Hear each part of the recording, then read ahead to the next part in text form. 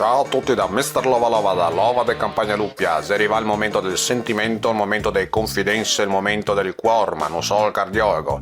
Vediamo chi è che ne scrive in qua. Stavolta è il turno del Giusi da Paderno del Grappa. Caro Mr. Lova Lova, ho un problema che mi cava a vita e non mi fa dormire a notte. E il problema è col mio uomo. E il mio uomo è sempre focoso, non riesco a chietarlo. È sempre focoso da mattina a sera, non so più come buona di tenerlo. Cosa posso fare? Dammeti un consiglio tu a Giusi. Qua che vuoi l'intervento di Elia Silvia. Elia Silvia, cosa dici? Cara Giusy, e il consiglio che te podemo dare se il tuo uomo è focoso?